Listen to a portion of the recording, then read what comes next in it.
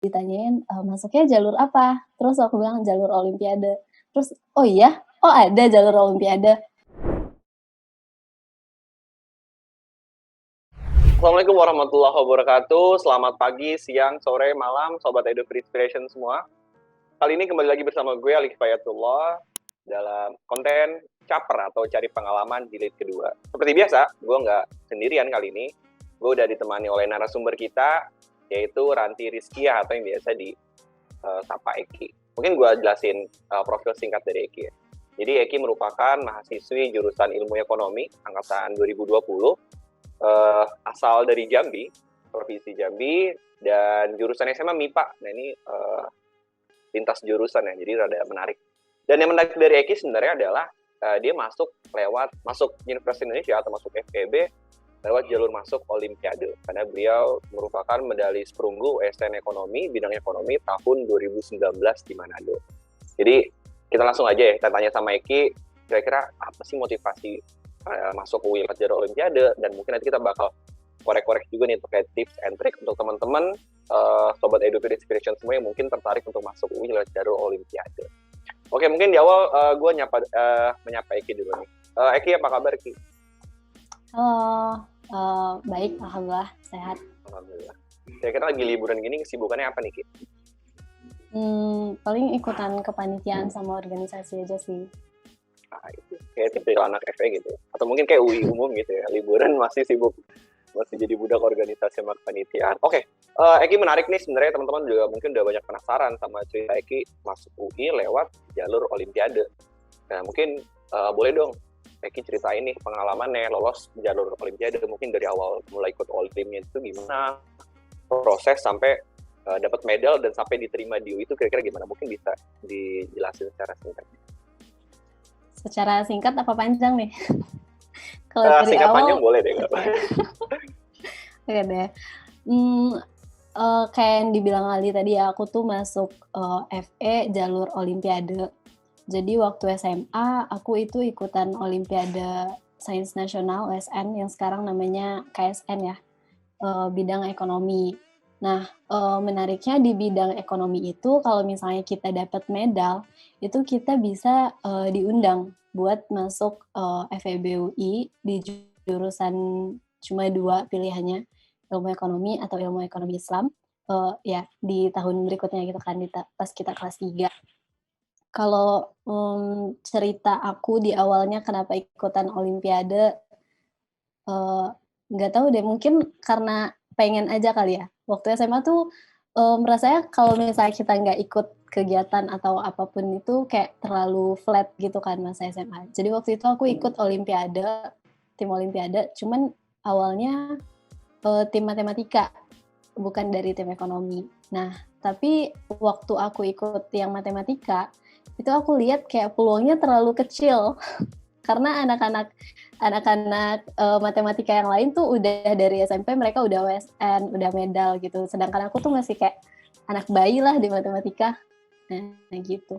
Terus waktu di kelas belajar ekonomi, aku suka sama grafik-grafiknya ekonomi yang permintaan penawaran.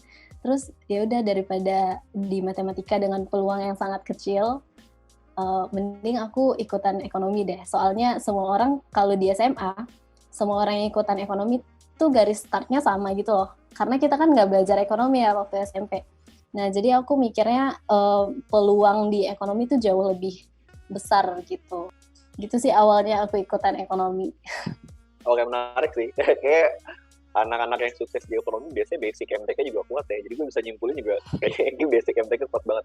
Boleh dong, kalau tadi mulainya karena tertarik nyoba dari kesibukan di SMA. Terus gimana ceritanya bisa dapat medal gitu di OSN yang memang ya persaingannya banyak kayak seluruh Indonesia. Itu kira-kira gimana perjuangannya?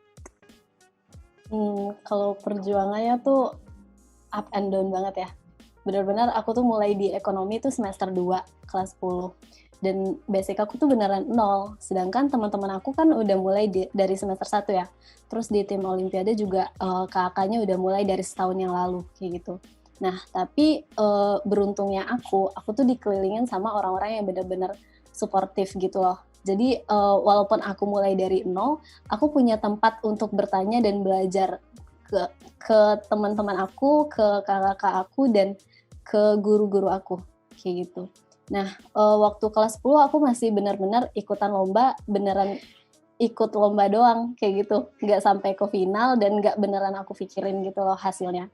Nah, cuman dari ikutan lomba itu, aku punya banyak apa ya, ketemu banyak soal, ngumpulin soal-soal, dan sampai akhirnya tuh aku merasa, oh ya ini udah nih kemarin, oh ya ini juga udah dibahas nih kemarin, kayak gitu. Jadi kayak karena aku ikutan banyak lomba dan siklus yang berulang-ulang gitu, aku jadi terbiasa gitu loh sama materi-materinya gitu.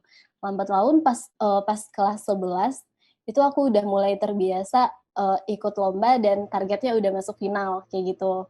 Nah, pada akhirnya pas kelas 11, alhamdulillahnya tuh aku lolos ke yang nasional. Pas kelas 10 tuh baru sampai ke provinsi. Sedangkan kelas 11 tuh udah sampai ke nasional.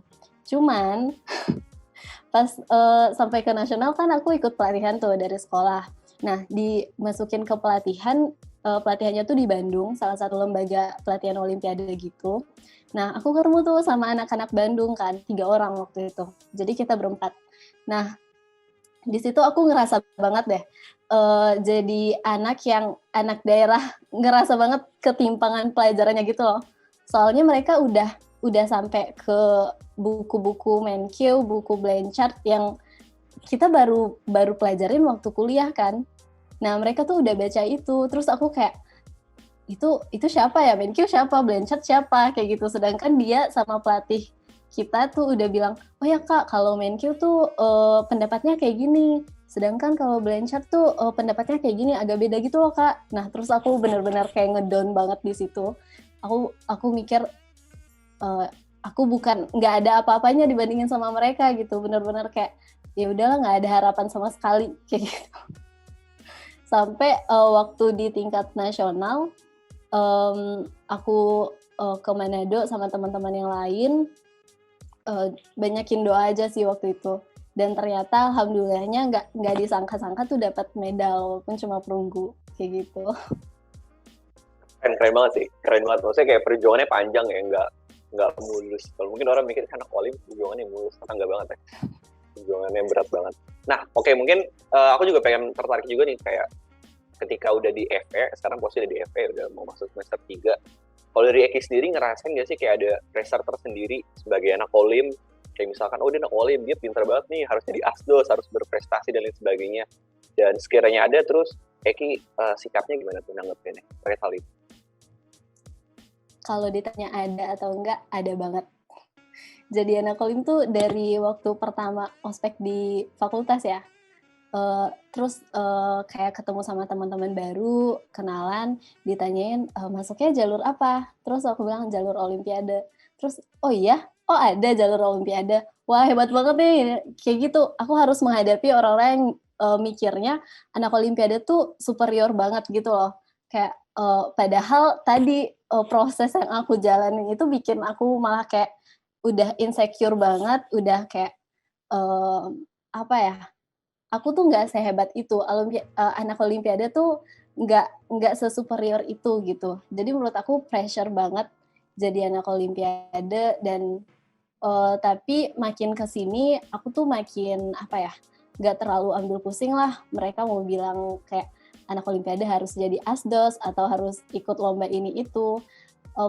Sekarang aku lebih kayak ngelakuin apa yang mau aku lakuin. Kalau aku mau ikut lomba ya udah aku ikut kayak gitu. Kalau aku mau ikut apa ya, mau besok mau jadi asdos atau enggak, ya udah itu terserah aku gitu, kemauan aku, kemampuan aku. Nggak terlalu ambil pusing sih. Tapi dulu ya pressure. Oh ya, ini menarik banget ya, maksudnya kayak bagus ya mindsetnya udah terbentuk. Nah, Pak Eki boleh dong terakhir nih, ada nggak sih tips atau pesan mungkin 2 ya? Pertama mungkin buat teman-teman adik-adik SMA yang pengen nyoba olimpiade tapi mungkin ngerasa kecil hati gitu, aduh gue bisa apa enggak ya, misalnya gitu. Kedua mungkin buat teman-teman adik-adik yang maba yang udah masuk nih, dan mungkin ngadepin pressure itu dan mungkin mereka belum siap, kira-kira ada tips atau pesannya nggak buat mereka? Oke, pertama buat adik-adik yang mau masuk UI mungkin jalur Olimpiade dan ngerasa kayak sanggup nggak ya, bisa nggak ya dapat medalnya. Coba dulu aja dan tekuni. Apapun bidang yang kalian suka di 9 bidang Olimpiade mungkin atau di bidang lainnya, tekuni aja dan usahain untuk taruh hati kalian di situ gitu. Karena nanti dari apapun yang kalian tekuni itu, kalian bakal nemuin jalan kalian sendiri untuk sampai ke tujuan akhir kalian, kayak gitu. Nah, terus buat adik-adik mungkin yang udah ada di UI lewat jalur Olimpiade dan mungkin akan merasakan pressure-nya jadi anak Olimpiade, nggak usah terlalu ambil pusing, temuin teman-teman kalian sebanyak-banyaknya, jangan batasin pergaulan kalian di anak Olimpiade doang, dan lakuin apapun yang kalian suka. Jangan ngelakuin something karena ekspektasi orang-orang terhadap kalian.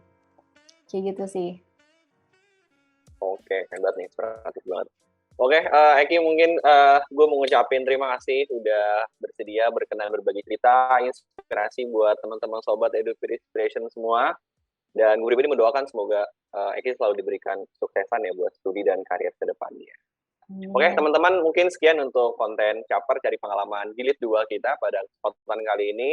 Dan gue nggak bosen-bosen nih buat ngingetin untuk selalu ikut lini masa kita di Instagram, di edupeer.inspiration, dan juga di kanal YouTube EduPeer Inspiration untuk nantikan konten-konten kita selanjutnya. Dan jangan lupa juga buat like, comment, subscribe, dan share video kita ini. Oke, mungkin sekian dari gue. Terima kasih. Wassalamualaikum warahmatullahi wabarakatuh. Bye-bye semua.